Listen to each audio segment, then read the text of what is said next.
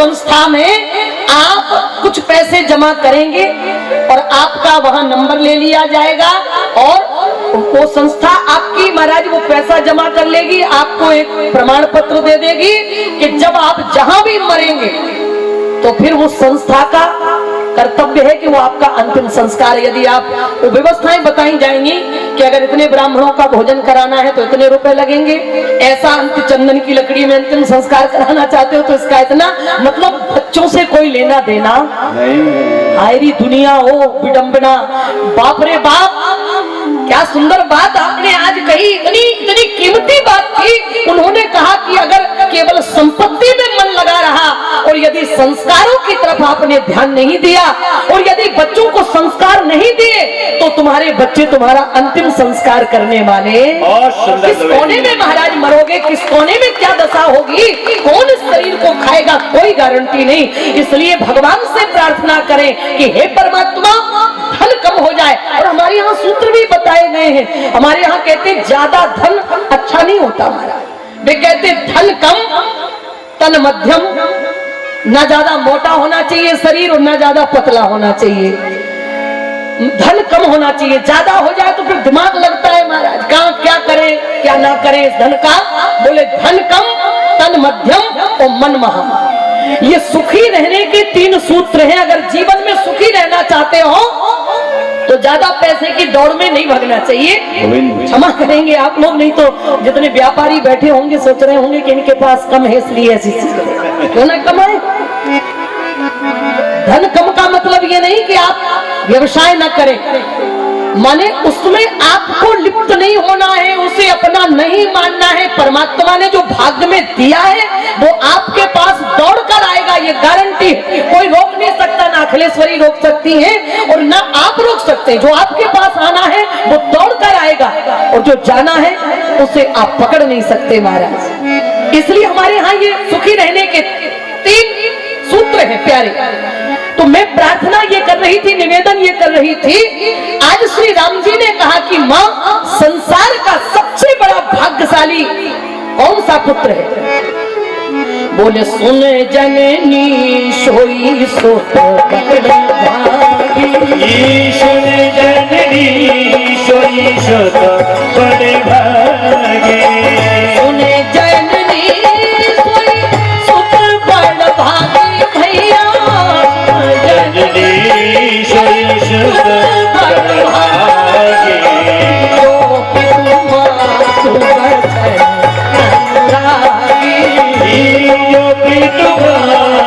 बचन अनुरागी, बचन अनुरागी। राम जी ने कहा माँ सुन जननी सोई सुत बड़ भागी, कौन?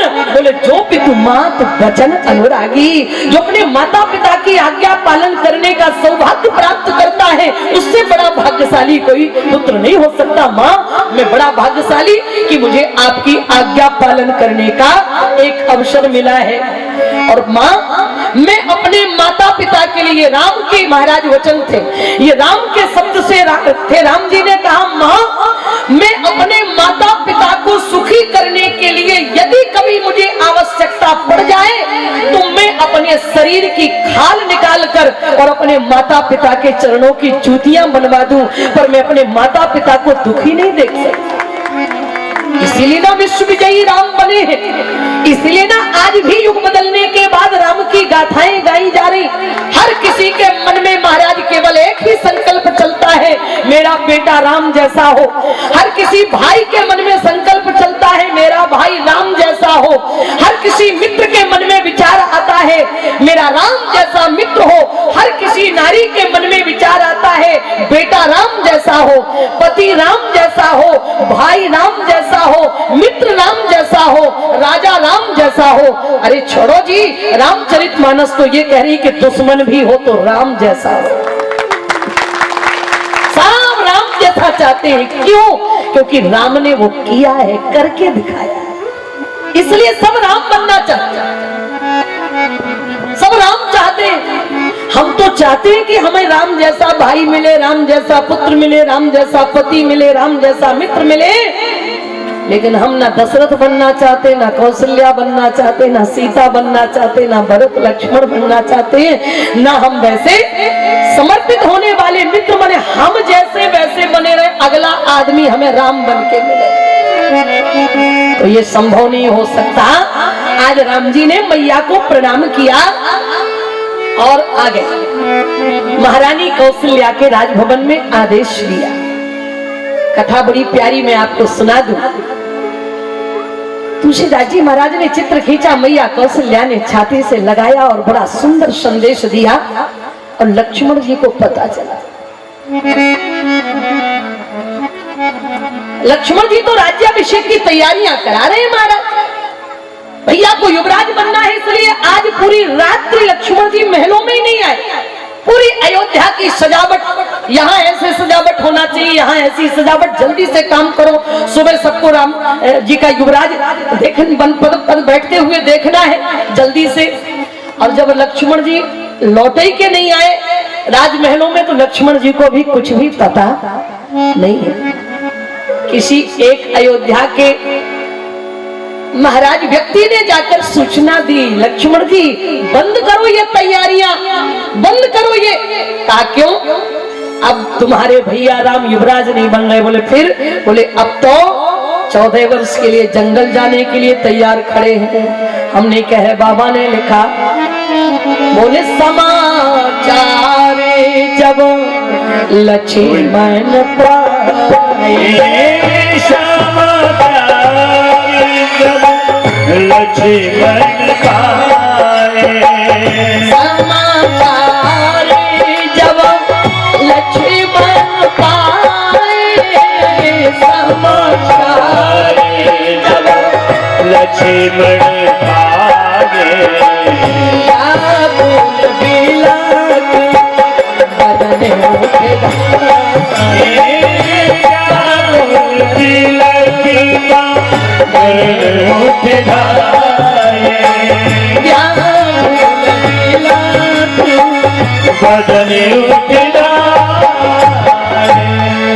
जैसे किसी नगरवासी के द्वारा सूचना मिली, लक्ष्मण जी ने दौड़ लगाई और क्या देखा कि सीता राम जी तैयार होकर के बनवासी वेश में बस महलों से निकलने वाले थे, और लक्ष्मण जी पहुंच गए और सीधे राम जी के पास खड़े हो गए। ध्यान से देखिएगा, ये भाइयों का प्यार है, ये भाइयों का प्रेम।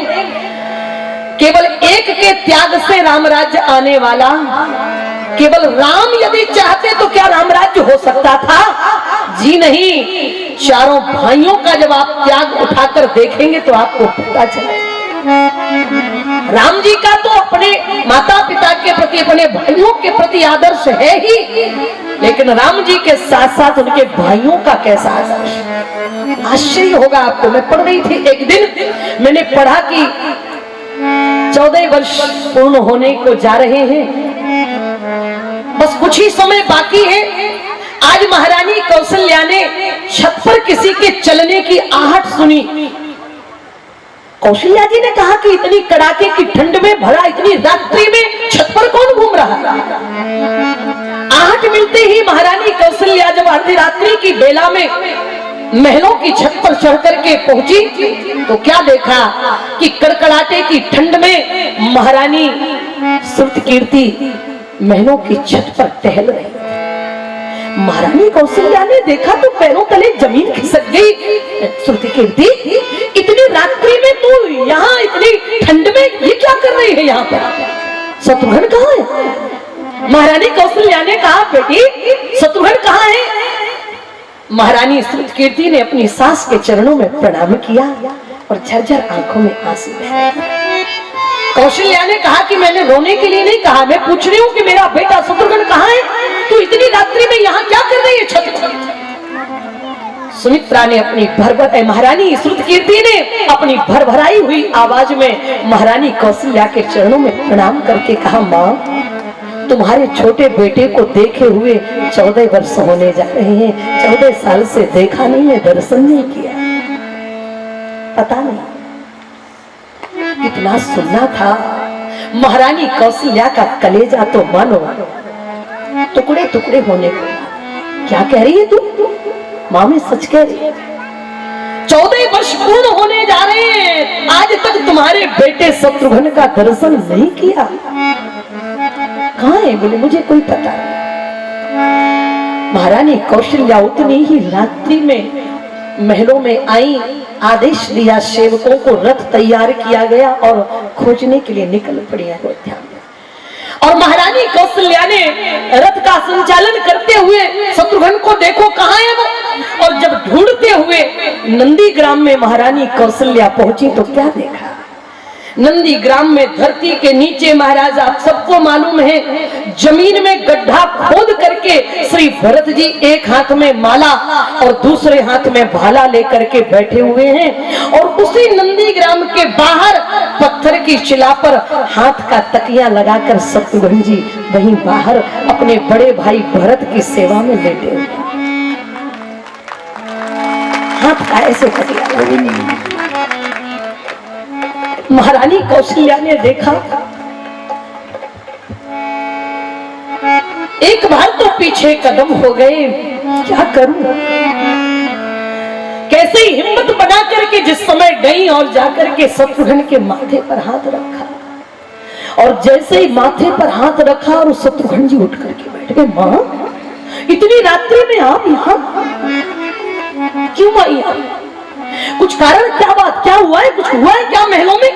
आपको यहाँ क्यों आना पड़ा? मुझे आदेश देती मैं आता, आप यहाँ क्यों? महारानी कौशल्या ने शत्रुघ्न को छाती से लगाया और फूट फूट कर रो, खूब रोई। कौशल्या जी ने कहा तू बता, तू यहाँ क्या कर? यहाँ रहने के लिए तुझे किसने बोला है? तू यहाँ क्या कर रहा है? एक पत्थर की शिला पर तू अपने हाथ का तकिया लगाकर महलों में इतने सुख प्रसाद वहां है शत्रुघ्न पर, तू यहाँ क्यों? शत्रुघ्न जी भी माँ के चरणों में माथा रखा। माँ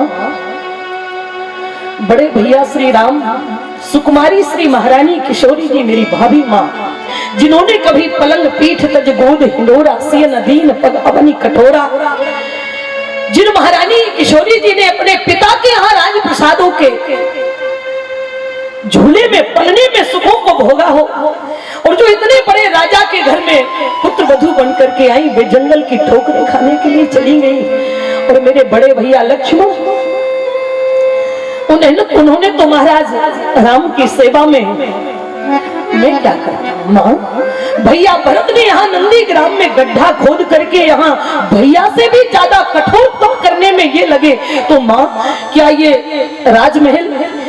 राजमहल के सुख प्रसाद, क्या ये राजभोग इस अभागे शत्रुघ्न के लिए बनाए गए? माँ जब मेरे 3 भाई राज सुखों का आनंद नहीं लेंगे तो ये अभागा शत्रुघ्न भी उस राजमहल की तरफ, उन राज प्रसादों की तरफ, उन राजभोगों की तरफ आंख उठाकर देखने वाला। खूब रोए माँ बेटे मिलकर, खूब रोए। ये त्याग था। अगर आप ग्रंथों को उठाकर और विद्वानों की भावनाओं को पढ़ेंगे तो आपको लगेगा कि क्या भाइयों ने, भाई राम जी का तो वनवास हुआ था, कैकेयी ने उनको तो आदेश दिया था, लेकिन लक्ष्मण को तो आदेश नहीं था ना, भरत जी को तो आदेश नहीं था ना। लेकिन अगर बड़ा भाई संकटों में महाराज समय व्यतीत कर रहा है तो हम 3 भाई सुखों में रहना कैसे स्वीकार कर लें? तब राम राज्य होगा। कोई भाई महाराज गरीबी से जूझ रहा है, अनेक प्रकार के महाराज संकटों से जूझ रहा है, और यदि हम पैसों से भरे पड़े अपने भाई की मदद नहीं कर रहे हैं तो तुम्हारे घर में कभी राम राज्य आने वाला नहीं। क्योंकि भाई संपत्ति के बंटवारे के लिए नहीं होता है, भाई तो विपत्ति के बंटवारे के लिए होता है। और राम जी के भाइयों ने बांटी है विपत्ति सब मोही भाई, बाटी विपत्ति सब मोही भाई, बाटी विपत्ति सब मोही भाई, बाटी विपत्ति सब मोही भाई, तुम ही अब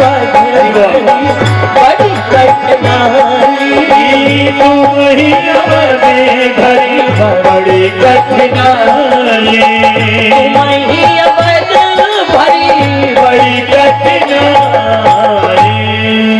त्याग उसे नहीं कहते हैं जिस चीज का आपके पास अभाव है, वो आपको मिल नहीं रही है और आप डींगे हाँकते फिरो कि महाराज हमने ये छोड़ दिया वो छोड़ दिया। जब है ही नहीं है तो छूटा ही है, ये कोई त्याग नहीं है। अगर राम जी का वनवास हुआ है और यदि राम जी जंगल में रहने के लिए विवश हो रहे हैं तो शायद ये राम जी का त्याग नहीं है।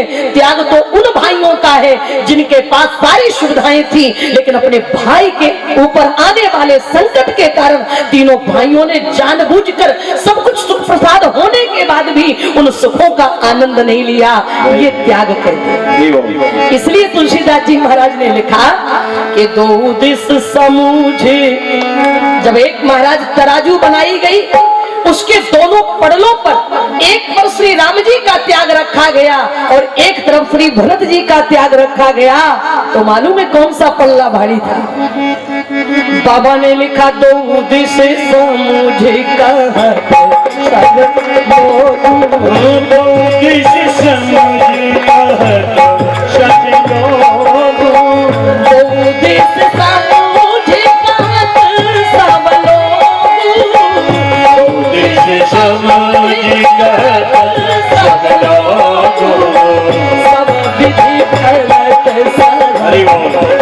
हो सब विधि धरती सारा हन जो, सब विधि फलत सराहन जो।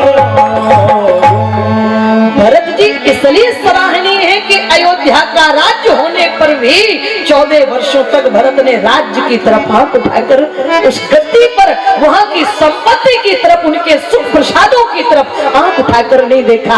ये भाइयों का त्याग। लक्ष्मण जी को पता चला भैया श्री राम 14 वर्ष के लिए वनवास जाने को तैयार हैं और भाभी माँ, बाबा ने लिखा लक्ष्मण जी महाराज ऐसे कहीं न सकत कछु चितवत ठाड़े, ओ मीन दीन जनु जलते काढ़े। आंखों से झरझर झरझर आंसू बह रहे हैं, बस आंसू बहे जा रहे हैं, बोलती बंद है। क्यों बंद है भाई? बोली स्थिति लक्ष्मण की तुलसीदास जी महाराज ने लिखा मीन दीन जनु जलते, जैसे किसी मछली को भरे हुए तालाब से निकालकर किनारे पर रख दिया गया हो और बिना पानी के मछली छटपटाती है लेकिन कभी आवाज नहीं लगाती। कभी आपने मछली को बोलते हुए नहीं सुना होगा, और लक्ष्मण जी की वही स्थिति। आज महाराज श्री लक्ष्मण जी ने ऐसे हाथ जोड़कर भगवान के साथ रास्ता रोककर खड़े हो गए। लक्ष्मण जी, राम जी समझ गए, लक्ष्मण मैं जान रहा हूं कि तुम क्या कहना चाहते हो, लेकिन भैया मेरी इच्छा ये है कि इस समय महलों में भवन भरत रिपु शूदन नहीं और राव वृद्ध ममु दुख लक्ष्मण, यदि मैं तुम्हें भी इस परिस्थिति में, क्योंकि इस समय भरत शत्रुघ्न महलों में नहीं है और पिताजी मेरे दुख के कारण अत्यंत दुखी होकर के घायल होकर के पड़े हैं, और लक्ष्मण इस स्थिति में यदि मैं तुम्हें साथ में लेकर के चला गया ना तो अयोध्या पूरी तरह से अनाथ हो जाएगी, और यदि अयोध्या अनाथ हो गई तो अगर प्रजा दुखी हो गई तो पिताजी को नरक का गामी बनना पड़ेगा।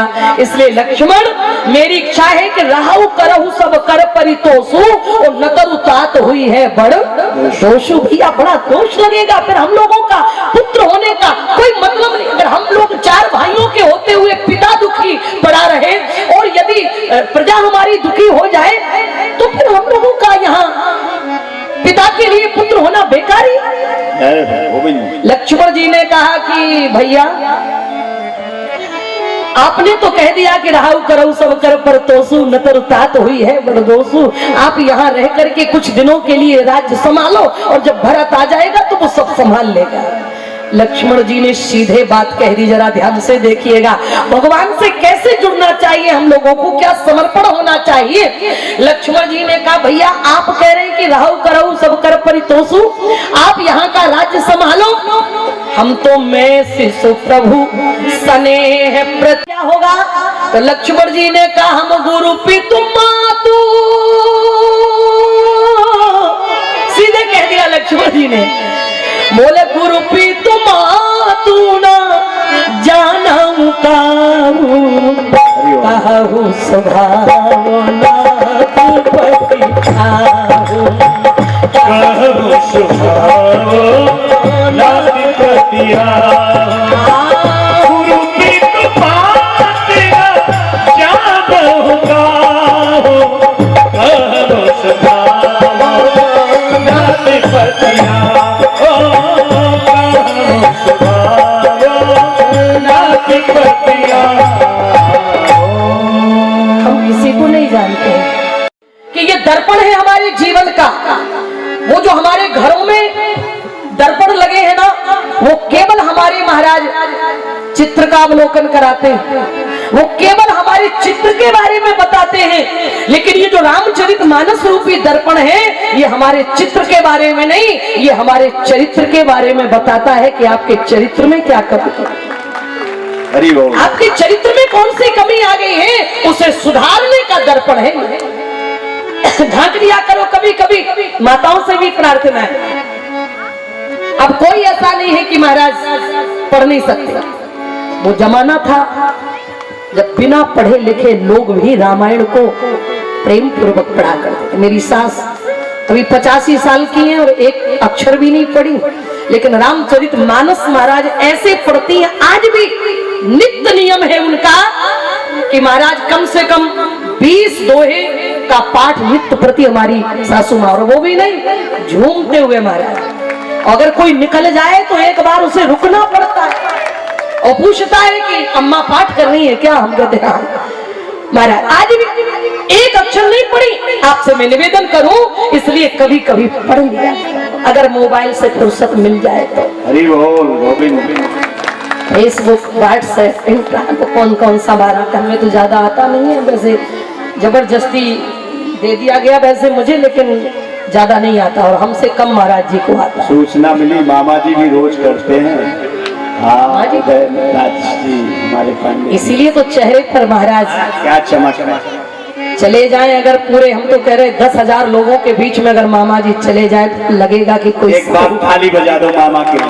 महाराज चरित्र के लिए भगवान ये प्रतिभा किसी किसी को देता है। और हमारी सासू माँ भी 5.5 फुट से ज्यादा लंबी, क्या बात है।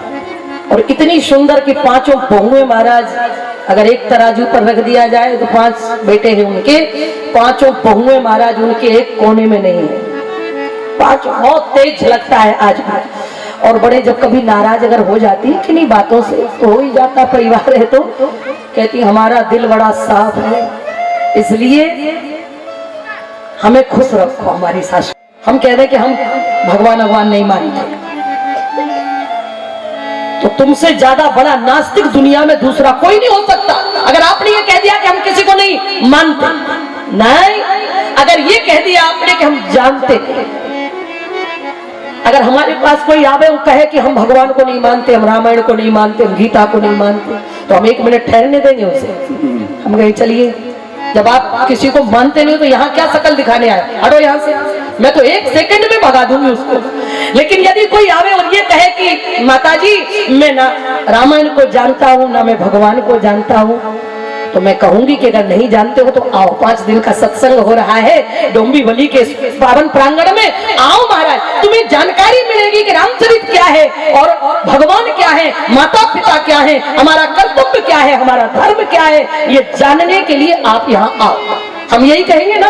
और लक्ष्मण जी की बोली में इतना संभाल था महाराज, उन्होंने कहा कि गुरु की तो मात न जानो काऊ, मैं किसी को जानता ही हूँ आपके अलावा, क्योंकि सच्चाई थी।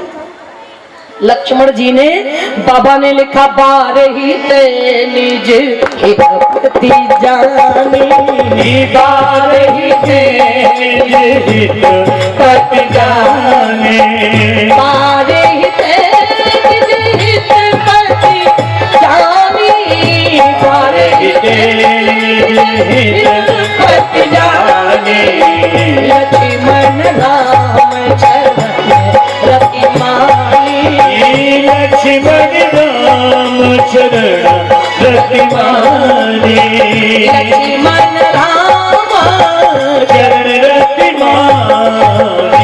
ये सच्चाई थी, क्योंकि लक्ष्मण जी ने राम जी के अलावा किसी को जानने का जरूरत ही नहीं पड़ी। अच्छा, जो भगवान को जान जाए फिर किसी को जानने की जरूरत पड़ेगी क्या? जो भगवान को जान जाएगा उसे माता पिता को जानने की, क्योंकि वे तो पता ही चल जाए भाई, भगवान से जो जुड़ जाएगा उसे फिर बताना पड़ेगा कि माता पिता के प्रति आपका क्या कर्तव्य है, उसे बताना पड़ेगा कि आपका धर्म क्या है, क्योंकि जो भगवान से जुड़ेगा उसको फिर कुछ समझाने की आवश्यकता नहीं। लक्ष्मण जी ने कहा मैं किसी को जानता ही नहीं। राम जी बोले अगर नहीं जानते हो तो जाओ पहले पाठशाला में जानकारी करके आओ। कौन है हमारी पाठशाला? बोले मांगहु विदा मातु सन जाई, मांगहु विदा मातु सन जाई, मांगहु विदा मातु सन जाई, आवहु बेग चलहु बन भाई, मांगहु विदा मातु सन जाई, आवहु बेग चलहु बन भाई, मांगहु विदा मातु सन जाए, आवहु बेग चलहु बन भाई। जाओ लक्ष्मण जल्दी जाओ पाठशाला में। बच्चे की प्रथम पाठशाला कौन है? पूरी दुनिया जानती है, माँ। बच्चे की पहली पाठशाला माँ है। माँ बच्चे के लिए सब कुछ है। जन्मदात्री तो है ही वो, लेकिन पहली गुरु भी बच्चे के लिए माँ होती है। इसलिए माँ को बड़ा सावधान होना चाहिए। विस्तार करने का मेरे पास समय नहीं है। श्री महाराज लक्ष्मण जी जब माँ के पास गए, माँ को पता चला कि राम जी 14 वर्ष के लिए वनवास जाने को तैयार खड़े हैं। महारानी सुमित्रा ने, माँ का क्या धर्म था, माँ का क्या कर्तव्य था, जरा माताएं ध्यान से देखेंगी। महारानी सुमित्रा को पता चला कि राम जी 14 वर्ष के लिए वनवास जा रहे हैं, तो लक्ष्मण तुम फिर यहाँ क्यों आए हो? तुम्हारे यहाँ आने की क्या आवश्यकता थी? माँ मैं आपसे विदा लेने के लिए आया हूँ। क्यों आए हो भाई विदा लेने के लिए? क्या जरूरत थी तुम्हें हमें हमसे विदा? अरे भैया ने कहा है। सुमित्रा जी ने कहा क्या कहा भैया ने? बोले भैया ने कहा मांगहु विदा मातु सन जाई, जाओ मैया से विदा लेकर के आओ। तो सुमित्रा ने कान पकड़ा और एक थप्पड़ लगाई लक्ष्मण के गाल में। अगर तेरे भैया ने कहा था कि मांगहु विदा मातु सन जाई, तो तुझे यहाँ आने की क्या जरूरत थी? तेरी माँ तो वहीं मौजूद थी, वहीं चरण पकड़ लेता और वहीं आज्ञा ले लेता और तुरंत उनके साथ सेवा में चला जाता। लक्ष्मण जी ने कहा मेरी माँ वहां थी? बोले हाँ। महारानी सुमित्रा ने कहा लक्ष्मण क्या तुझे पता नहीं है तेरी असली माँ कौन है? अम्मा मुझे पता नहीं है। सुमित्रा जी समझ गई, केवल यही जानकारी देने के लिए राम ने मेरे पास भेजा है। सुमित्रा ने कहा तात तुम्हारी माँ दे, तात तुम्हारी माँ तात तुम्हारी माँ तो दे, तात तुम्हारी माँ तो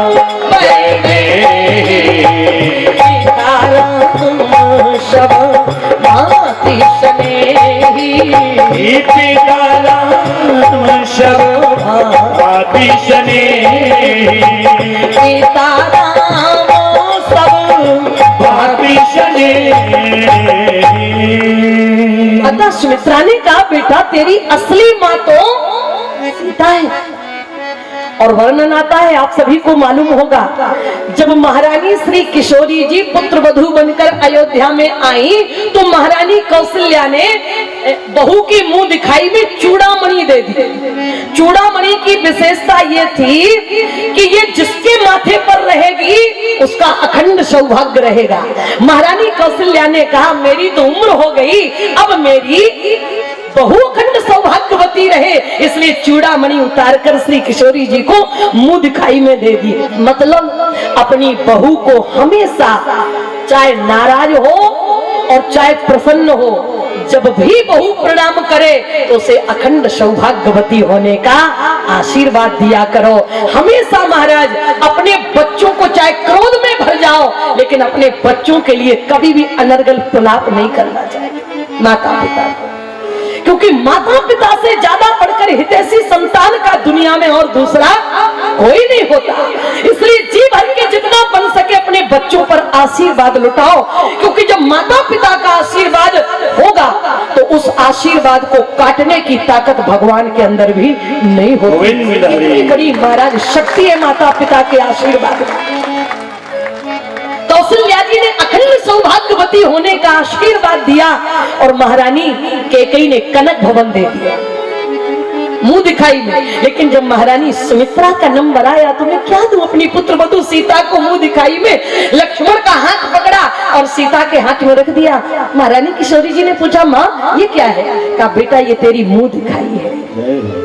महारानी सुमित्रा ने कहा, सीता मैं लक्ष्मण को तुम्हें मुंह दिखाई में देना चाहती हूँ। आज से तू इसकी माँ है और आज से ये तेरा बेटा है। ये माँ का अधिकार मैं तुम्हें देना चाहती हूँ। और बोलो, प्रत्येक माँ का कर्तव्य है कि अपने हमने जन्म दिया है तो हमारा धर्म है कि हम उसे असली माँ से जोड़ें। हमारा धर्म है कि हम उसे असली पिता से जोड़ें।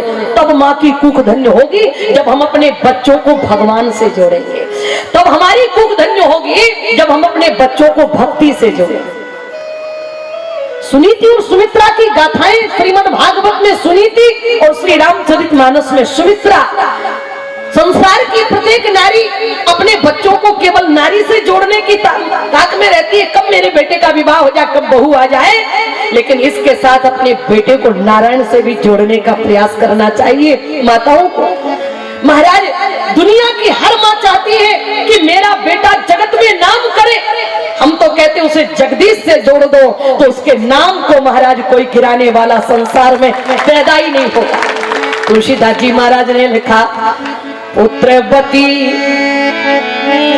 पुत्रवती जुवती जग सोई, जुवती जग सोई, रघुपति भगत जासु सुत होई। पुत्रवती जुवती जग सोई, पुत्रवती जुवती जग सोई, रघुपति भगति जासु सुत होई, रघुपति भगति जासु सुत होई। बांधे भली बादे पियानी, राम विमुख सुत हित तुलसीदास जी महाराज कहते हैं, न करू बांध भली बात बियानी। और आज माता सुमित्रा ने अपनी कुख को धन्य कर लिया। क्यों? अपने बेटे को नारी से ना जोड़कर नारायण से जोड़ दिया सुमित्रा ने। अपने बेटे को जगत से ना जोड़कर जगदीश से जोड़ दिया। अरे तुझे यहाँ आने की क्या जरूरत? तेरी माँ वही और तेरी असली माँ सीता है और तेरा असली पिता राम है। और हम और आपके असली माता पिता सीताराम जी तो ही है। तो इस आत्मा के सच्चे माता पिता कौन है? बोले सीताराम जी। हम तो ईश्वर अंश जीव अविनाशी, ईश्वर अंश जीव अविनाशी, ईश्वर अंश जीव अविनाशी भैया, ईश्वर अंश जीव अविनाशी, चेतन सुख राशि, चेतन सुख राशि, चेतन अमल सहज सुख राशि। सुमित्रा जी लक्ष्मण जी ने कहा कि माँ, अगर हमारे माता पिता श्री सीताराम जी तो फिर आप और महाराज। सुमित्रा जी ने कहा बेटा हम तो पात्र हैं। जैसे किसी गाय का दूध दूह करके किसी पात्र में रख दिया, गाय का दूध दूह करके किसी पात्र में रख दो तो माताएं कहती अगर घर में दो जगह दूध रखा हो, पतीली में, भगोने में या डिब्बे में, तो फिर हम कैसे मांगते हैं जरा डब्बे का दूध ले आना। दूध डब्बे का तो नहीं होता, पतीली में रखा तो कहते पतीली वाले दूध की चाय बना लेना, पतीली का दूध होता है क्या? लेकिन जिस पात्र में उसे रख दिया जाता है उस पात्र का नाम जुड़ जाता है। सुमित्रा जी ने कहा लाडले लक्ष्मण, हम तो केवल पात्र हैं माता पिता बनने के, लेकिन सच्चे माता पिता तो सारे संसार के परमात्मा है और उसकी सेवा ही करना, उसकी शरणागत ही रहना हमारा धर्म है। जाओ, कोई जरूरत नहीं यहाँ रुकने की। क्यों भाई? बोले अब लक्ष्मण यहाँ रहकर तुम करोगे क्या? कहा क्यों? बोले अब तो अवध निवासु, अवध राम निवासु, अवध राम निवासु लक्ष्मण, अवध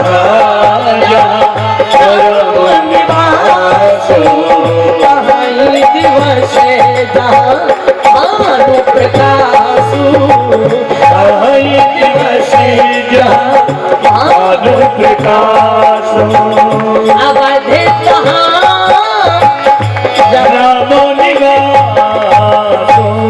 सुमित्रा जी ने कहा लक्ष्मण अब ये अयोध्या नहीं रह जाएगी, अब तो अयोध्या वहां बनेगी जहां राम होंगे।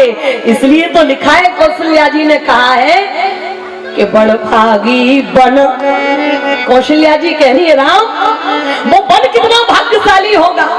बोले बड़ भागी, अरे बड़ भागी बन अवध अभागी, जो रघुवंश तिलक त्यागी, जो रघुवंश तिलक तुम त्यागी, बड़े भागी बन अवधि अभागी, जो रघुवंश तिलक तुम त्यागी, जो रघुवंश तिलक तुम त्यागी। कौशल्या जी कह रहे हैं अयोध्या तो अब अभागनी हो जाएगी, अब भाग्यशाली तो वो वन होगा जहाँ राम का निवास होगा। सुमित्रा जी ने कहा लक्ष्मण अब तुम्हारी यहाँ कोई आवश्यकता नहीं, माँ मैं जाऊं? लक्ष्मण एक बात सुन लो।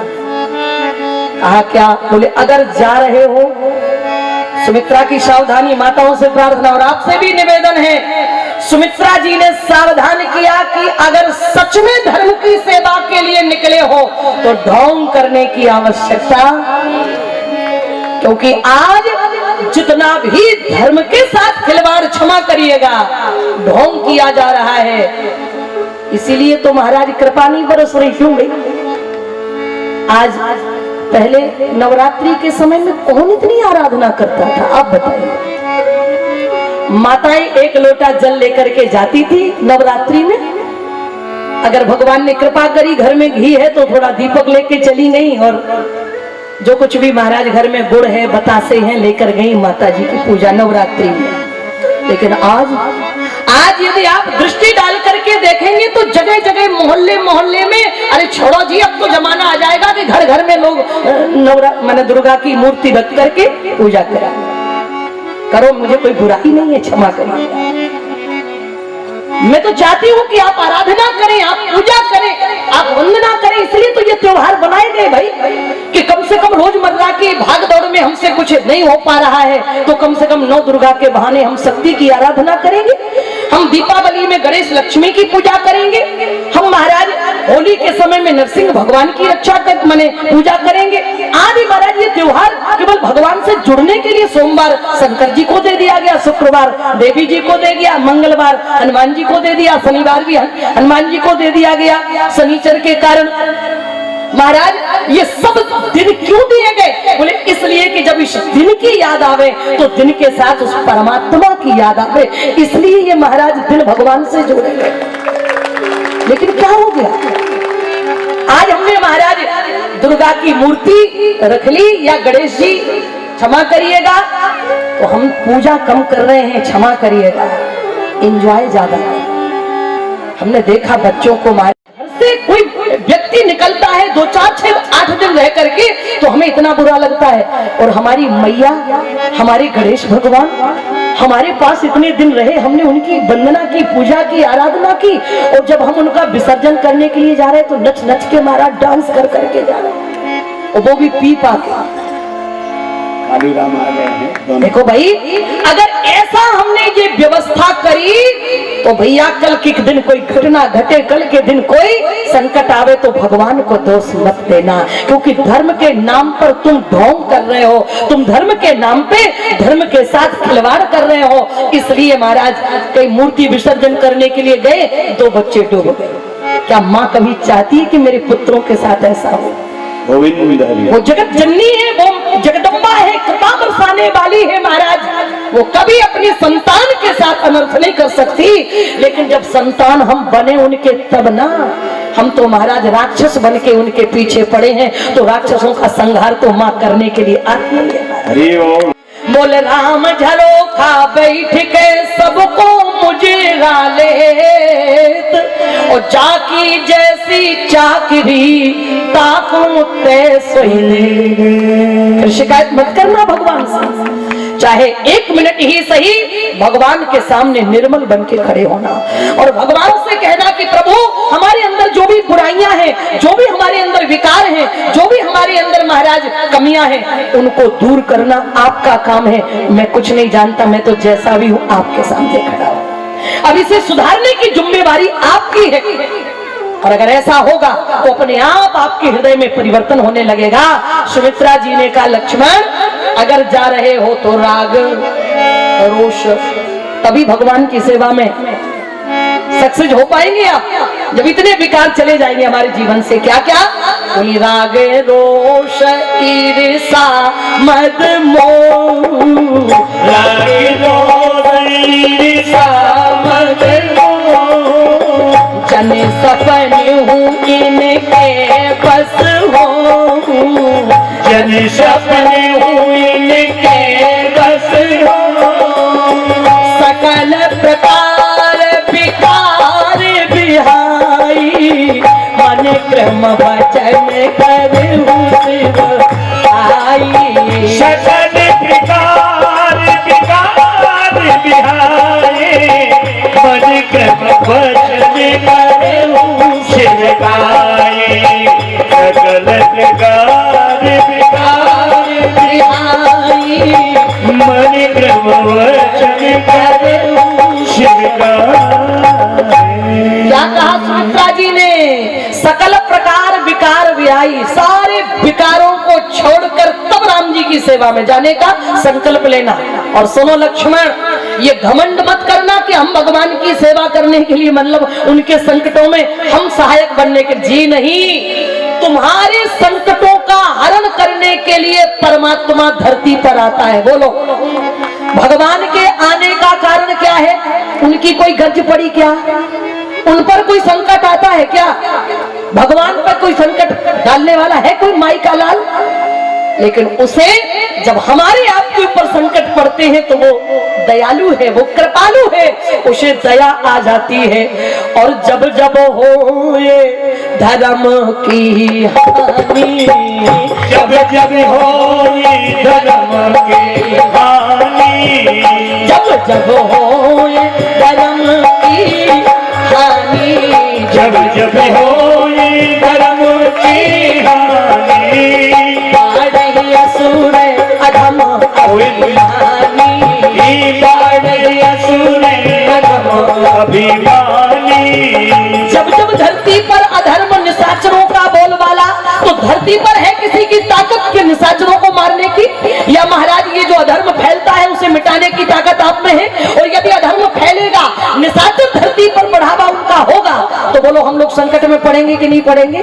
और जब हमारे ऊपर संकट पड़े तो मेरा परमात्मा तब तब धरी प्रभु विविध शरीरा, तब तब धरी प्रभु विविध शरीरा, तब तब धरी प्रभु विविध शरीरा, हरहि कृपा निधि सज्जन पीरा, हरहि कृपा निधि साजन की।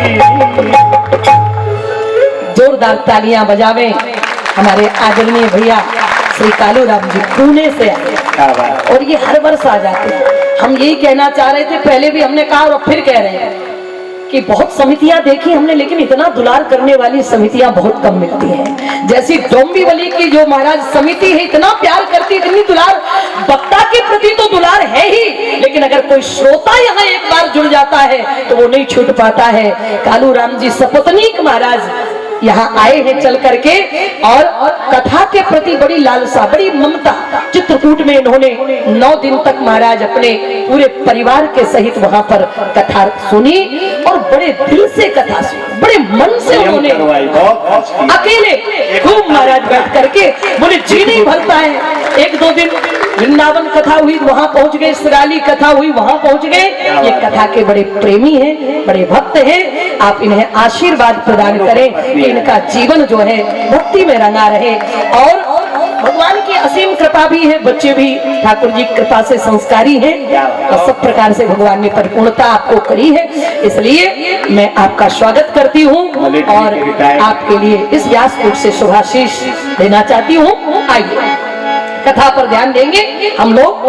निवेदन में ये करने जा रही थी आपसे, माता सुमित्रा ने कहा लक्ष्मण सावधान होना, जब वो परमात्मा जब हमारे ऊपर संकट पड़ता है तो वो हमारे संकटों का हरण करने के लिए संकट में पड़ने आता है। बोलो, हमारे लिए आता है ना वो। अगर उसे हमारे संकटों का आभास न हो तो उसे अवतार लेने की कोई आवश्यकता। तो भगवान जब हमारे संकट दूर करने के लिए आया है, तो अगर हम उसके लिए थोड़ा सा निमित्त बन जाए तो हम घमंड करेंगे हमने भगवान के लिए किया, हमने भगवान को इतना दान किया, हमने भगवान। तुम क्या करोगे जो भगवान ने हमें किया है? हम तो कई जन्मों में भी उसका ऋण कभी जिंदगी में चुका नहीं सकते। परमात्मा ने हमारे लिए किया। जय प्रभु। इसलिए सुमित्रा जी ने कहा लक्ष्मण सावधान हो जाओ, जाना चाहते हो। सुमित्रा जी ने कहा जाना चाहते हो सीता राम जी के साथ यदि जाना तो, परंतु मेरे दूध को ल जाना मत। छत्राणी महारानी सुमित्रा ने कहा लाडले, यदि सच में तूने अपनी माँ की छाती का दूध पिया है तो लज्जित मत होने, क्योंकि दूध का अपने यहाँ बड़ा महत्व है महाराज, माँ के दूध का है ना। पहले माताएं अपने बच्चों को दूध पिलाती थी, और जब कभी बच्चों का आपस में झगड़ा होता था तो ताल ठोक कर कहते थे कि आ जाओ अगर माँ का दूध पिया होता। और जिसने पिया होता था वो कहता तुमने हमारी माँ को ललकारा, हमारे माँ के दूध को ललकारा। हमारा ताकत भी नहीं होती थी तब भी पटक देता था, तुमने हमारे माँ के दूध को ललकारा है। पहले लोग माँ के दूध का बड़ा महत्व समझ, क्योंकि पिलाया जाता था। अब आजकल कोई नहीं कहता कि आ जाओ अगर माँ का दूध पिया हो, क्योंकि माँ का दूध बच्चों को बहुत कम मिल रहा है। अब तो अगर कहेंगे तो यही कहेंगे कि आ जाओ भैंस का दूध पिया हो। अगर महाराज कहेंगे तो कहेंगे आ जाओ यदि बोतल का दूध पिया हो, क्योंकि भैंस ही का दूध मिल रहा है। हमारी जहाँ पे हम लोग रुके हैं, माताओं में बड़ी प्रसन्नता, बड़ा भाव, बड़ा आदर ब्राह्मण विद्वान के प्रति। हमारी यशोदा बहन हमारे पास आई, उन्होंने कहा कि बहन जी आप भैंस का दूध लेंगी कि गाय का? हमने कहा कि वैसे तो गाय का ही अच्छा, लेकिन मिले तब ना। कहाँ है गाय का दूध? क्योंकि गाय के दूध में अमृत है और इतनी मिठास है उस दूध में कि आप चीनी भी ना डालो तो भी चकाचक महाराज। अमृत, इतना स्वादिष्ट दूध, लेकिन मिले तब ना। आजकल एक माता जी हमसे बोली कि बहन जी हमारा लड़का बहुत आलसी, पड़ा पड़ा सोता रहता है। हमने कहा कि आपने उसको गाय का दूध पिलाया? बोली बहन जी क्या करें, व्यवस्था नहीं थी, गाय बहुत कम हो गई इसलिए भैंस ही का दूध पिलाया। तो हमने कहा जब तुमने भैंस का दूध पिलाया तो भैंस तो 1 नंबर की आलसी है महाराज, इतनी आलसी होती है। सच बता रहे, सबसे मंद बुद्धि यदि कोई जानवर है, कोई जीव है तो वो भैंस है।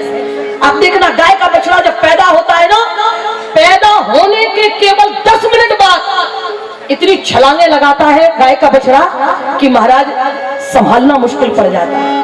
और भैंस का जो बच्चा होता है ना, पाड़ा, हमारे यहाँ उसको पाड़ा ही कहते हैं, ऐसे पड़ा रहता, महीनों पड़ा रहता। क्योंकि मंद बुद्धि माँ का बेटा है तो वो तो मंद बुद्धि ही रहेगा। नहीं अपनी यहाँ कहावत भी भैंस के आगे बीन बजाई, भैंस को कोई फर्क नहीं पड़ने वाला। तो भाई तुमने जिसका दूध पिलाया संस्कार उसी के आए। अगर सच में आपने अपना दूध यदि और नहीं है किन्हीं कारणों बस तो चाहे जहां से भी उपलब्ध हो सके अपने बच्चों को शुद्ध देसी गाय का दूध यदि पिलाएंगी, और आपसे मैं गारंटी देकर जा रही हूँ उस व्यासपीठ से महाराज, बेटा संस्कारवान होगा, बेटा वैभवशाली होगा और बेटा दीर्घायु होगा। गारंटी, कोई रोग महाराज उसे होने वाला नहीं यदि उसने शुद्ध देसी गाय का दूध पिया तो।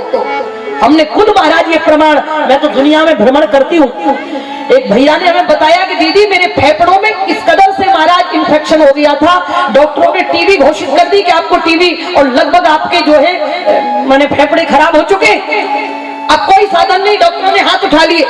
एक महात्मा से मुलाकात हुई, उन्होंने कहा कि मेरी गारंटी है केवल 6 महीने ना दाल ना सब्जी ना अन्य कोई संसार का कोई भी महाराज पदार्थ नहीं, बोले केवल शुद्ध देसी गाय का दूध जो जंगल में चरती हो तो आप केवल उसका दूध मात्र दूध पिए और कुछ नहीं। तो उन्होंने बताया दीदी मैंने 6 महीने शुद्ध देसी गाय का दूध पिया, आज मेरा सारा इन्फेक्शन, टीबी कहाँ है पता ही नहीं है महाराज, 20 साल हो गए मुझे स्वस्थ हुए। डॉक्टरों को भी आश्चर्य हुआ कि कहाँ दवाई कराई, कौन से डॉक्टर ने आपको महाराज ठीक किया, बोले कोई नहीं, गौ माता की कृपा। गाय के शरीर में महाराज सारे तीर्थ निवास करते हैं, सारे 33 करोड़ देवता निवास करते हैं, इसलिए ध्यान रखें। महारानी सुमित्रा ने कहा जाना चाहते हो सीता राम जी के साथ यदि जाना तो परंतु मेरे दूध को लजाना मत। और सुनो लक्ष्मण, मात पिता जानना सदैव श्री राघव को, और भूल के भी पुत्र पुत्र मेरे कहाना मत। और महारानी सुमित्रा ने कहा खाना तो सोना तो सुला के किंतु जाग जाना पहले ही, और राम को खिलाए बिना तिनका भी खाना मत।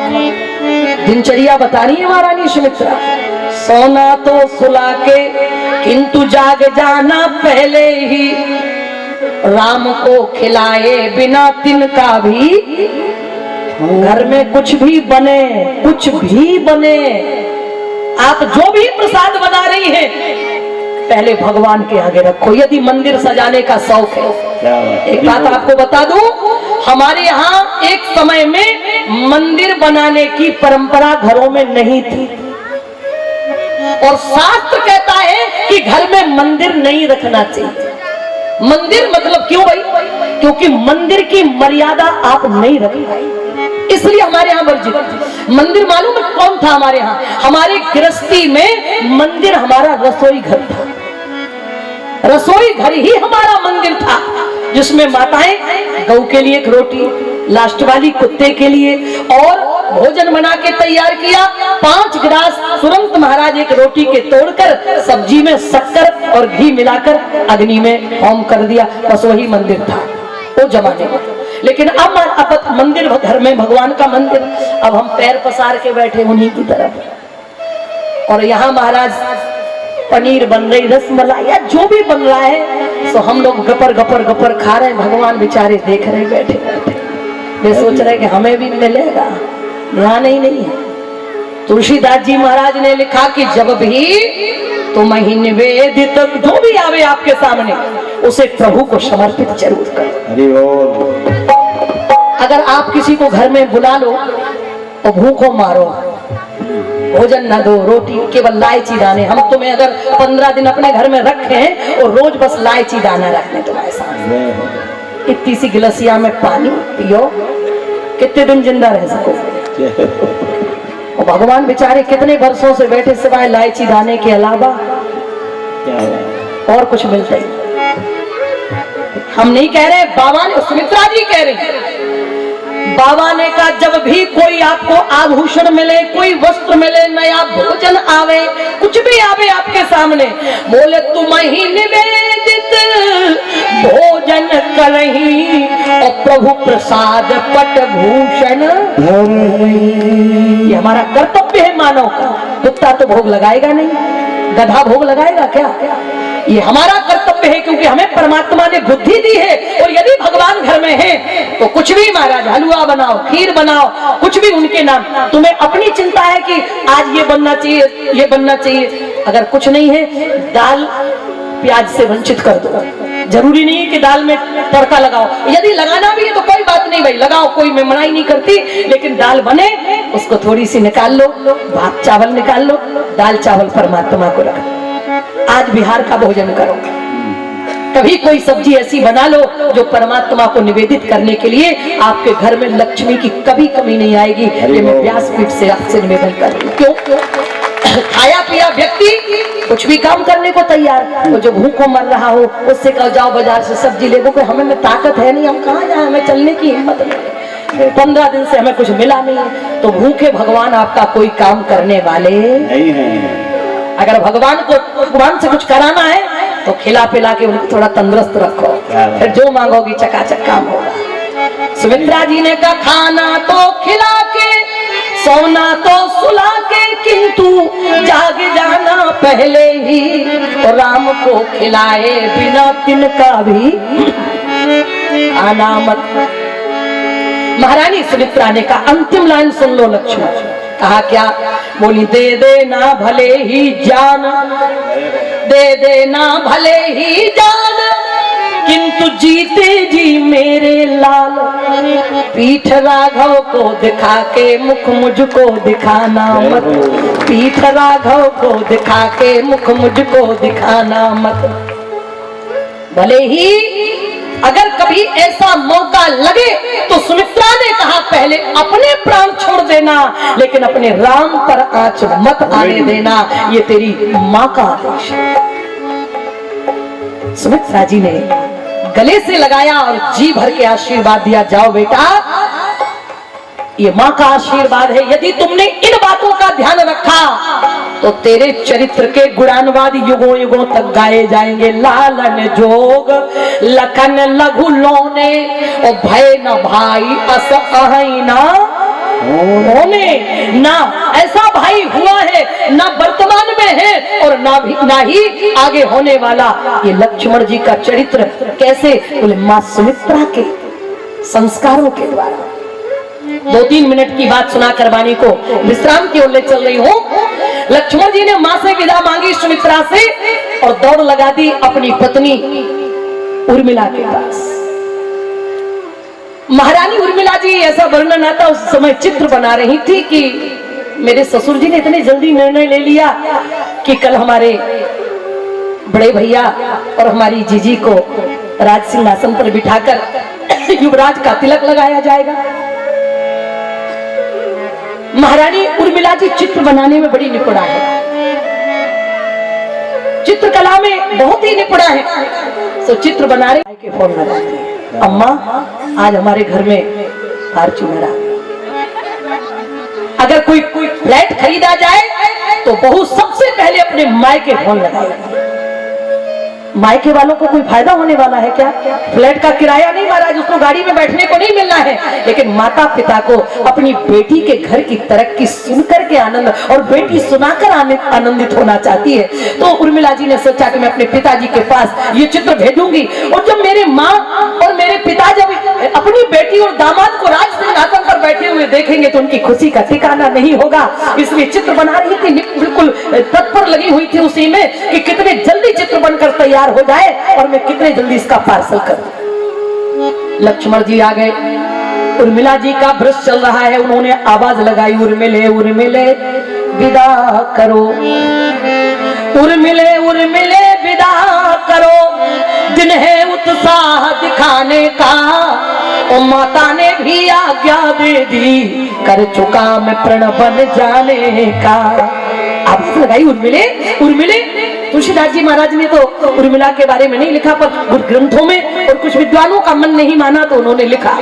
लक्ष्मण जी महाराज की इतनी हड़बड़ाई आवाज थी, इतनी महाराज जल्दी में तत्परता में आवाज थी कि महारानी उर्मिला के कान में तो सीधा चित्र पर पड़ा, और चित्र पर ब्रुश गिरा तो उसकी स्याही, उसका रंग फैल गया। चित्र बिगड़ गया, बड़ा दुख हुआ। इतनी मेहनत से बना रही थी, माँ पापा के पास भेजूंगी, पर आवाज आई है पति की तो तुरंत उठकर गई और आंखों में आंसू छलक रहे थे। लक्ष्मण जी समझ गए कि लगता है उर्मिला को पता लग गया होगा कि मैं सीताराम जी की सेवा में जा रहा हूँ 14 वर्षों के लिए। और माताओं का स्वभाव, अगर पति जाने की बात कहे कि मैं कुछ समय के लिए अमेरिका कनाडा कहीं भी जा रहा हूँ तो पत्नी को रोना आता है, जल्दी आना, अच्छा नहीं लगेगा आपके बिना, ऐसे ही ये सब। तो लक्ष्मण जी ने कहा कि उर्मिले, मैं तो समझता था कि तुम वीर लक्ष्मण की पत्नी हो, लेकिन आज तुम्हारे आंसुओं ने बता दिया कि तुम वीर लक्ष्मण की नहीं, तुम कायर लक्ष्मण की पत्नी हो। उर्मिला जी ने कहा कि ये वीरता और कायरता कहां से आ गई, ये कैसी बातें कर रहे हैं आप, क्या बात। कहा तुम रो क्यों रही हो। कहा मैं इसलिए रो रही हूँ कि मेरा चित्र बिगड़ गया। कहा कौन सा चित्र बना रही थी। कहा मैं अपनी जीजी और आपके बड़े भैया का राज सिंहासन पर बैठे हुए चित्र बनाकर तैयार कर रही थी। क्यों, इसलिए कर रही थी कि मैं पिताजी के पास भेजूंगी ये चित्र, क्योंकि इतने जल्दी में पिताजी ने निर्णय लिया कि मेरे पिताजी तो आ नहीं पाएंगे, लेकिन मैं ये फोटो खींच करके जब मैं भेजूंगी तो मेरे पिताजी प्रसन्न होंगे, मेरी माँ खुश होगी। इसलिए मैं, लक्ष्मण जी महाराज की भी आंखों में आंसू छलक पड़े। लक्ष्मण जी ने कहा उर्मिले, अगर अब तुम चित्र बनाना चाहती हो तो भैया भाभी का राज तिलक का नहीं, अब बनाना हो तो वनवास का चित्र बनाकर भेज दो अपने माता पिता के पास। क्यों था राम राज्य में। लक्ष्मण जी ने कहा उर्मिले, अगर चलना चाहती हो तो चलो हमारे साथ। क्या कहा, क्योंकि हमारी स्थिति परिस्थिति कैसी है, यदि उसके अनुसार हम नहीं चले, केवल एक ही जिद ठान ली, केवल एक ही महाराज कि उनने ऐसा किया तो हम भी ऐसा करेंगे। यदि उर्मिला चाहती तो स्वयं जिद कर सकती थी कि जब हमारी जीजी अपने पति के साथ जा रही है तो मैं भी अपने पति को छोड़ने वाली, मैं भी अपने पति के साथ जाऊंगी। लेकिन नहीं, समय क्या कह रहा है, परिस्थिति क्या कह रही है, उसके अनुसार उर्मिला जी ने निर्णय लिया। लक्ष्मण जी ने कहा अगर चलना चाहती हो तो चल सकती हो मेरे पास। उर्मिला जी ने क्या कहा, बोली किसके उसके साथ जो, किसके उसके साथ जो सेवा करने जाए, बोले सेवक का कब धर्म है, पत्नी को ले जाए स्वामी, पत्नी को ले जाए। लक्ष्मण जी ने कहा क्यों, बोले यदि मुझे साथ ले जाओगे, यदि मुझे साथ ले जाओगे, कर्तव्य में बाधा आएगी, हो गया जो मेरा मोह प्रबल तो सब सेवा छूट जाएगी, स्वामी सब सेवा छूट जाएगी। अगर मुझे साथ में लेकर के गए ना तो आप सेवा में तत्पर नहीं हो पाएंगे, आपको मेरा ख्याल रखना पड़ेगा। परदेश में अगर आप पत्नी को लेकर के जाओ तो पूरा ख्याल आपको रखना पड़ेगा महाराज। घर में आपको चाय चाहिए तो ये बना के लाएंगी, लेकिन अगर आप परदेश में इनको लेकर के जाएं तो चाय ये लाएंगी कि आपको लाना पड़ेगा। घर में आप हैं तो ये तुरंत आपका टिफिन तैयार करेंगे, आपके भोजन के समय भोजन बना के, लेकिन अगर आप इनको लेकर के बाहर जाएं तो फिर टिफिन ये बनाएंगी कि आप कहेंगे कि बैठो बैठो मैं ला रहा हूँ, ये व्यवस्था आपको करनी पड़ेगी। तो उर्मिला जी ने कहा स्वामी, परदेश में पति को पत्नी का ख्याल रखना पड़ता है, और यदि आप मुझे साथ में ले गए तो आपको मेरा ख्याल रखना पड़ेगा, और जब आप मेरे ही ख्याल में डूबे रहेंगे तो आप भैया भाभी की सेवा में तत्पर नहीं हो पाएंगे, इसलिए मैं आपके साथ नहीं जा सकती।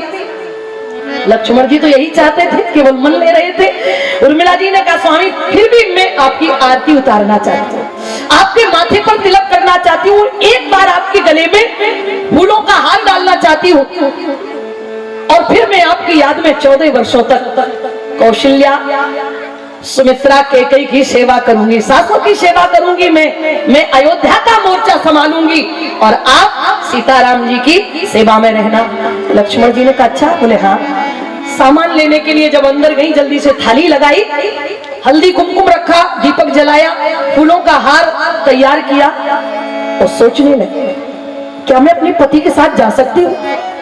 नहीं, हिम्मत बनाई, एक बार तो मन डगमगाया, क्या मैं चली जाऊं? नहीं। उर्मिला जी ने कहा साथ जाते ना बनत हमारो, बोली साथ जाते ना बनत हमारो, संग में जेठ जिठानी, और कर पूजा धरी ध्यान राखी हो, ऐसी मन में ठानी। उमग उर्मिला ने पूजन हित असुवन चंदन गारो, और पति पूजा को एक ही क्षण में सब सामान समारो। लेकिन अंगनाई आई है चोलो, तोलो सब दल आयो, और बगल ओट दे लखन निकल गए, रानी देख न पायो, रानी देख न पायो। उर्मिला जी ने सामान लगाया, फूलों का हार बनाया। लक्ष्मण जी ने विचार किया, उर्मिला मेरे माथे पर तिलक लगाएगी और मेरे गले में माला डालेगी, और जब मैं माला डलवाकर और तिलक लगवाकर भैया के पास गया, और भैया ने यदि पूछ दिया कि लक्ष्मण क्या मैया सुमित्रा ने तेरे माथे पर तिलक किया है, क्या तुझे माला पहनाई है, तो मैं क्या जवाब दूंगा? क्योंकि भैया ने तो आदेश दिया था कि मांगहु विदा मातु सन जाई, आबहु बेग चलहु बन भाई। इसलिए तुलसीदास जी महाराज की हिम्मत नहीं पड़ी, क्योंकि राम जी ने केवल मातु सुमित्रा की तरफ इशारा किया, आबहु बेग चलहु बन भाई, जल्दी लौट कर आना। तो अगर इसलिए तुलसीदास जी महाराज ने लक्ष्मण जी को उर्मिला जी से नहीं मिलाया, क्योंकि राम जी ने माँ के लिए आदेश दिया था। लेकिन विद्वानों का मन नहीं माना। लक्ष्मण जी ने कहा कि मर्यादा का उल्लंघन हो जाएगा। जैसे ही लक्ष्मण जी गए, पीछे से महारानी उर्मिला जी ने एक बाण भेजा दासी के हाथों, जाओ मेरे पति को ये बाण दे देना कि तुम्हारी पत्नी ने ये बाण दिया है, अपनी तूणीर में रखना। और विद्वान कहते लक्ष्मण जी दौड़ कर आए, कहा उर्मिले तुम्हें मालूम है मैं सीताराम जी की सेवा करने के लिए जा रहा हूँ, फिर ये बाण क्यों दे रही है मुझे? कि मैं कोई हिंसक जीव का वध करने, क्या मैं शिकार करने के लिए जा रहा हूँ? क्या मैं लड़ाई के मैदान में किसी में छत्री से युद्ध करने के लिए जा रहा हूँ? ये बाण क्यों दिया जा रहा है मुझे? उर्मिला ने कहा स्वामी ये बाण किसी हिंसक जीव का वध करने के लिए नहीं, ये बाण युद्ध करने के लिए नहीं, किसी महाराज राक्षस को मारने के लिए नहीं, किसी दुराचारी को मारने के लिए नहीं। बोले फिर ये बाण अपने तूणीर में सजा के रखना, और तुम्हारी पत्नी उर्मिला की प्रार्थना है कि यदि सेवा करते करते आपका कभी चंचल मन इस अभागिनी उर्मिला की तरफ आवे तो धनुष पर बाण चढ़ाकर सदा के लिए उर्मिला को मार डालिएगा, लेकिन कभी सीताराम की सेवा छोड़कर मत आइएगा, अपने मन को भी मत आने दीजिएगा, ये मेरी आपसे प्रार्थना है। तुलसीदास जी महाराज कहते जब ऐसी मां मिल जाए और ऐसी पत्नी मिल जाए तो लक्ष्मण का चरित्र बनकर तैयार होता है। रघुपति की रति विमल पताका, रघुपति की रति विमल पताका, कंडे समारे भयउ जस जाता, दंडी समाने भयउ जस जाता, रघुपति की विमल पताका, रघुपति की विमल पताका, दंडी समाने भयउ जस जाता, दंडी समाने भयउ जस जाता। भगवान का चरित्र झंडा बन गया और लक्ष्मण जी का चरित्र झंडा फहराने वाला डंडा बन गया। ऐसी सुंदर व्यवस्था श्री तुलसीदास जी महाराज राम राज्य के कैसे महाराज उनके भाइयों ने, कैसे अनुज बधुओं ने त्याग किया, ये सुंदर दर्शन तुलसीदास जी महाराज करा रहे हैं। तो समय की सीमा में लक्ष्मण का समर्पण, भैया श्री पंकज जी ने फोन किया, बोले वनवास की कथा भरत चरित्र, तो वनवास की कथा इतनी लंबी है कि सुनाते रहो। अब कल भरत चरित्र इसके आगे की चर्चा बड़ी प्यारी मनोहारी होगी महाराज। कल भरत चरित्र होगा, जैसा भी बन पड़ेगा वैसे भरत चरित्र मुझे कहना आता नहीं है, लेकिन जो भी आएगा मैं सुनाऊंगी आपको। तो आज केवल इतना ही कहकर के सभी लोग प्रेम से, जैसे लक्ष्मण का समर्पण, प्रभु मैं किसी को नहीं जानता, गुरुपित मातु न जानो काहू, अपना संबंध न जग छोड़ो न हरि भूलो, अपने कर्तव्य के प्रति हमेशा सजग रहें, लेकिन अपना धर्म का परिपालन भी, अपना न जग छोड़ो न हरि भूलो, कर्म कर जिंदगानी में और रहो दुनिया में तुम ऐसे जैसे कमल रहता है, केवल यही रहनी आ जाए। सब लोग प्रेम से गावेंगे, मैंने छोड़ी रे वो मैंने छोड़ी रे जगत की यारी, कन्हैया मेरा यार मिल गया। मैंने छोड़ी रे जगत की यारी, कन्हैया मेरा यार मिल गया। मैंने छोड़ी रे जगत की यारी, कन्हैया मेरा यार मिल गया। कन्हैया मेरा यार मिल गया, कन्हैया मेरा यार मिल गया। कन्हैया मेरा यार मिल गया, कन्हैया मेरा यार मिल गया। मैं तो भूल गई, मैं तो भूल गई दुनिया सारी, कन्हैया मेरा यार मिल गया। मैं तो भूल गई दुनिया सारी, कन्हैया मेरा यार मिल गया। मैं तो भूल गई, मैं तो भूल गई दुनिया सारी, कन्हैया मेरा यार मिल गया। मैं तो भूल गई दुनिया सारी, कन्हैया मेरा यार मिल गया। मैंने छोड़ी रे जगत की यारी, कन्हैया मेरा यार मिल गया। क्यों भाई, उससे बढ़कर के कोई दूसरा हमारा हितैषी हो सकता है क्या? झूठे हैं सब दुनिया के नाते, झूठे हैं सब दुनिया के नाते, झूठे हैं सब दुनिया के नाते, झूठे हैं सब दुनिया के नाते, झूठे हैं सब कसमें वादे, झूठे हैं सब कसमें वादे। संसार वाले जितने भी वादे करते हैं किसी एक का पूरा होवे भगवान जाने, बाकी सब झूठे हैं संसार में। इसलिए वो कह रही है वो भक्त, मैंने तोड़ दी है, मैंने तोड़ दी है, ओ मैंने तोड़ दी है रस्में सारी, कन्हैया मेरा यार मिल गया। मैंने तोड़ दी है रस्में सारी, मेरा यार मिल गया।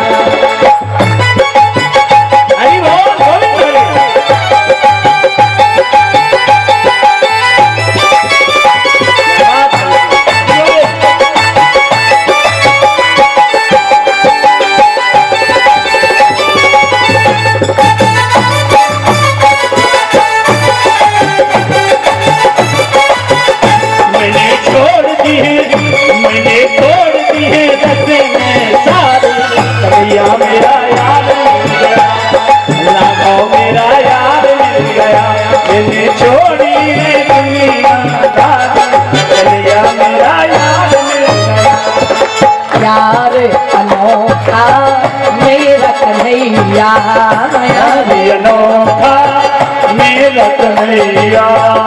ऐसा अनोखा दूसरा कोई मित्र नहीं मिलने वाला है।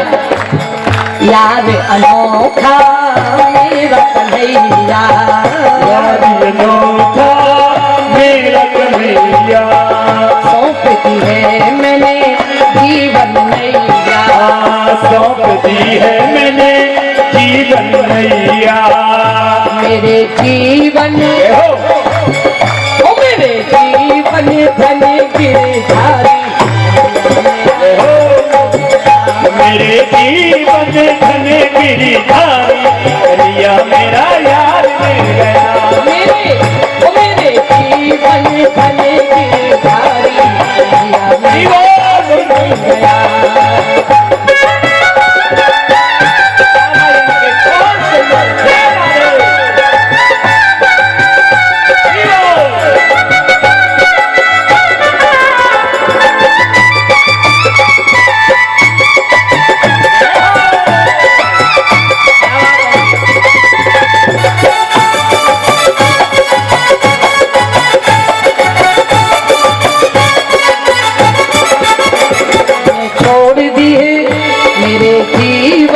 धन गिरधारी, मेरा यार मिल गया। मैंने तोड़ दी है, मैंने छोड़ दी है दुनिया सारी, कन्हैया मेरा यार मिल गया।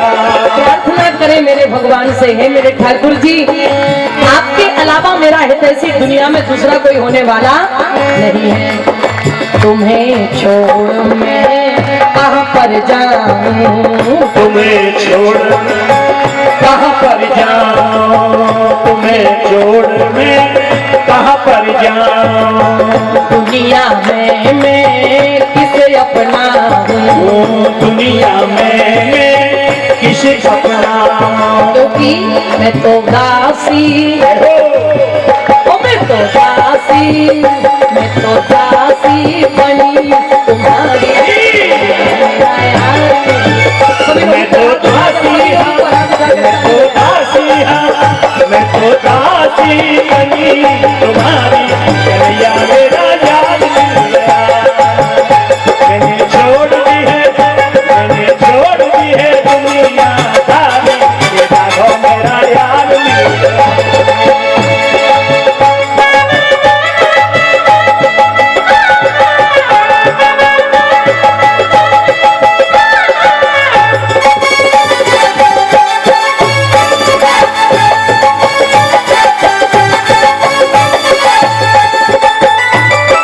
हरि बोल, जय राधे।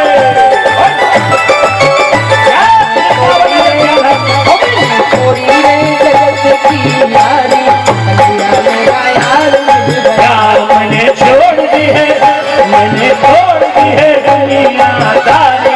कन्हैया मेरा यार मिल गया, कन्हैया मेरा यार मिल गया, कन्हैया मेरा यार मिल गया। मैंने छोड़ दी है दुनिया सारी, कन्हैया मेरा यार मिल गया। बोलिए श्यावर रामचंद्र भगवान भगवान की जय।